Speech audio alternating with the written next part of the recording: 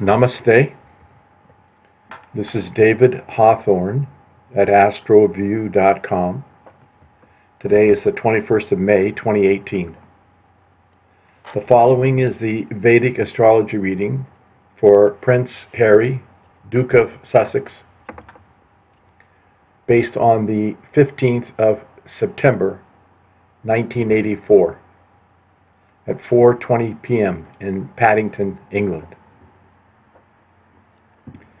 Now, using Vedic astrology from India and the sidereal zodiac, we see that at the time of birth, the ninth sign of the zodiac was ascending or rising at 17 degrees 47 minutes of Sagittarius.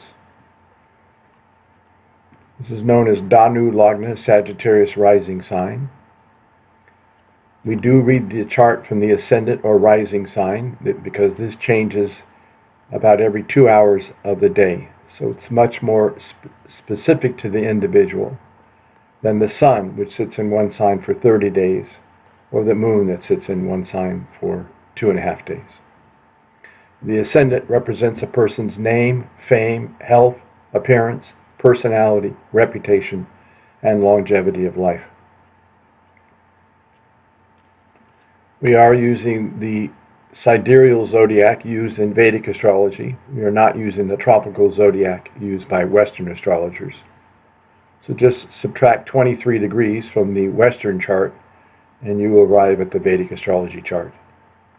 So in Western astrology, Prince Harry's sun would be over in Virgo, the moon would be in Taurus, and the ascendant would be Capricorn. Just subtract 23 degrees and you arrive at the Vedic astrology chart. This is astronomically correct. This is where the planets were on the day of birth. Tropical zodiac is where the planets were placed more than 2,000 years ago. So Prince Harry has the Sagittarius rising sign. It's the ninth sign, and it is a fire sign ruled by Jupiter, by Guru. Jupiter could have been in any of these 12 houses. At the time of birth, Jupiter was in its own sign of Sagittarius in the first house. This first house is both a Kendra and a trine, so Jupiter becomes known as a Panch Maha Purusha Yoga. Panch means 5, Maha means great. This is one of the 5 great yogas of life called Hams Yoga. Jupiter is Guru. So this suggests that he will be able to learn and teach, learn and teach, learn and teach anything. Many people will come to him for advice. He's also an optimist. He's also a do-gooder. He sees the glass as half full rather than half empty. Jupiter is the planet of divine grace, good luck and good fortune, education, wisdom, morality, children, education. It's a beautiful planet to have in the first house. This is absolutely a blessing. Now, Sagittarius is symbolized as the centaur. So the centaur, lower half is the horse or animal, upper half is the independent adult shooting arrows into the sky. So Sagittarius is known as the archer. So this clearly represents evolution of life. The person comes in as the animal, becomes independent, and then shoots for divinity.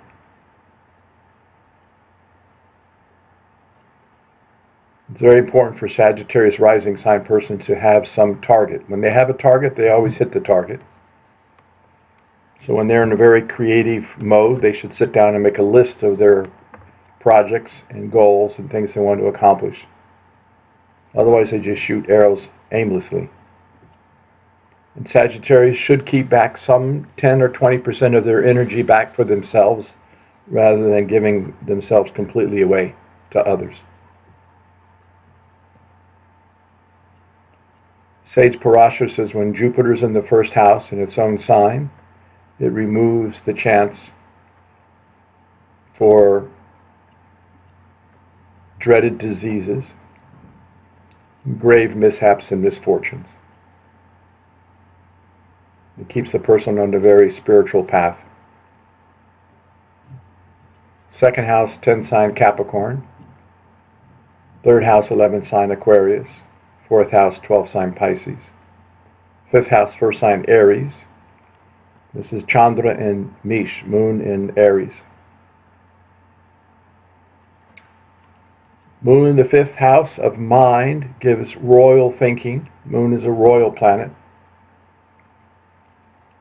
This could give female child. And he can study to work with the public. Moon is public favor.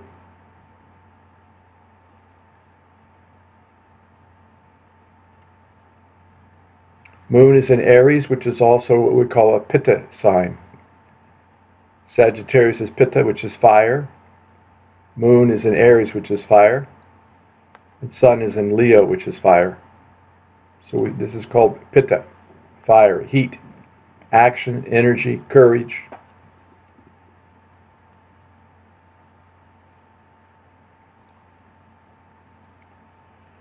In the sixth house, we have the second sign, Taurus.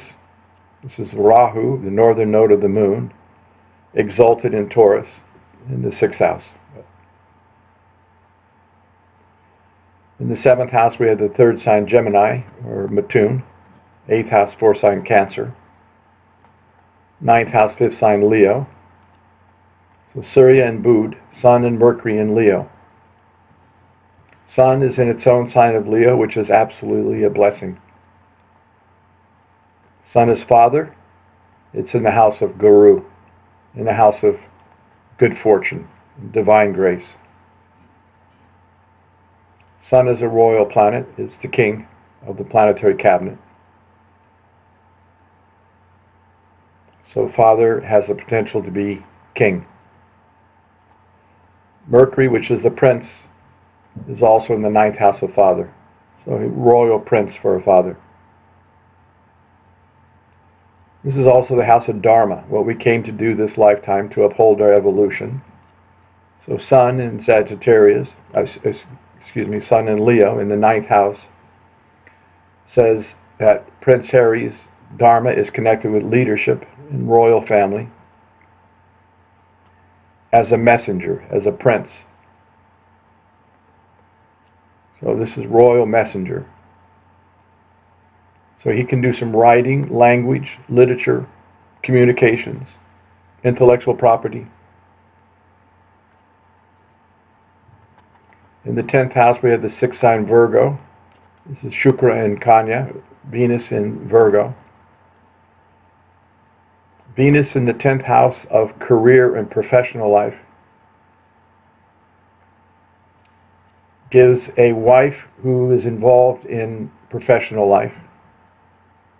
And because Venus rules the 11th house of older siblings, it connects older siblings with professional life as well. Venus is a very affluent planet in the 10th house, so it gives luxuries relative to career. And he can focus on the fine arts, the performing arts, and the healing arts.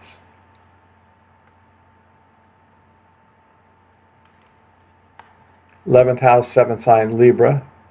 This is Shani and Tula, Saturn in Libra. Saturn is in his exaltation sign, which is very good for longevity of life. Saturn in the house of friendships gives friendships with the elderly persons and working class persons. Saturn in the house of income gives money through physical structure work, including agriculture, manufacturing, things of the earth like oil, gas, minerals.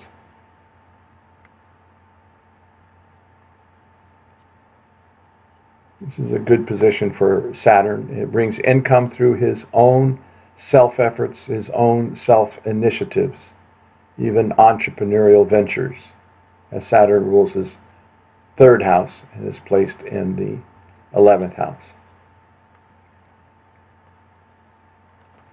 In the 12th house, we have the 8th sign Scorpio, or Vrishik. This is Mongol and Ketu in Vrishik. Mars and Ketu, the southern node of the moon, in Scorpio.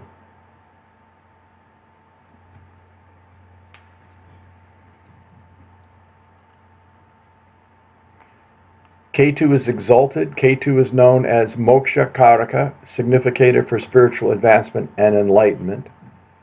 And the 12th house is known as Moksha Stan, the house of spirituality and enlightenment. Sage Parashara says that when Moksha Karaka is in Moksha Stan, the person has earned the right to spiritual advancement and enlightenment this lifetime. Mars in the 12th house gives property away from birthplace, even in a foreign land, and it can connect his education with a foreign land, and it can connect his children with a foreign land. So, for example, if he has any children, the mother comes from a foreign land. Now, this first video simply describes the position of the planets in the horoscope. Now let's go to the second video and a little more deeply into the knowledge.